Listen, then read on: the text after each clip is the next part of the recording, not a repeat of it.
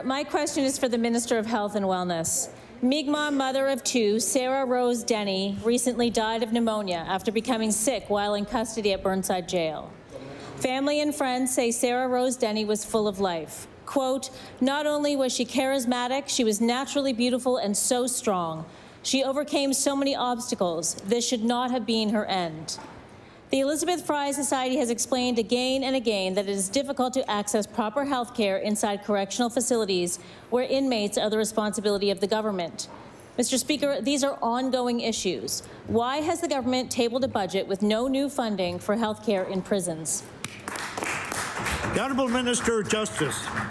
Thank you very much, and thank you very much to the member for the question. It's very sad news, and my thoughts certainly go out to the family of Miss Denny. I will say that this is currently under review by the medical examiner's office, and we're hoping to have a report soon.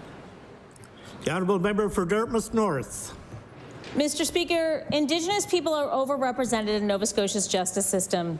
In order to be certain that this will never happen again, we need to understand what happened to Sarah. A review is one thing, but her family is calling for a public inquiry into her death.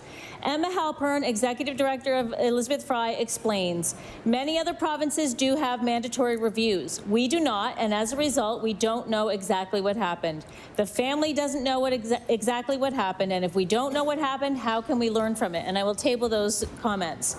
Mr. Speaker, will the Minister of Justice conduct a public review of Sarah Rose Denny's death as her family has called for?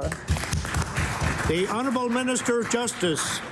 Yes, thank you again, Speaker, and thank you very much for the member for the question. DOJ is very committed to ensuring that we have a fair justice system and a system that meets the needs of Indigenous persons across this province.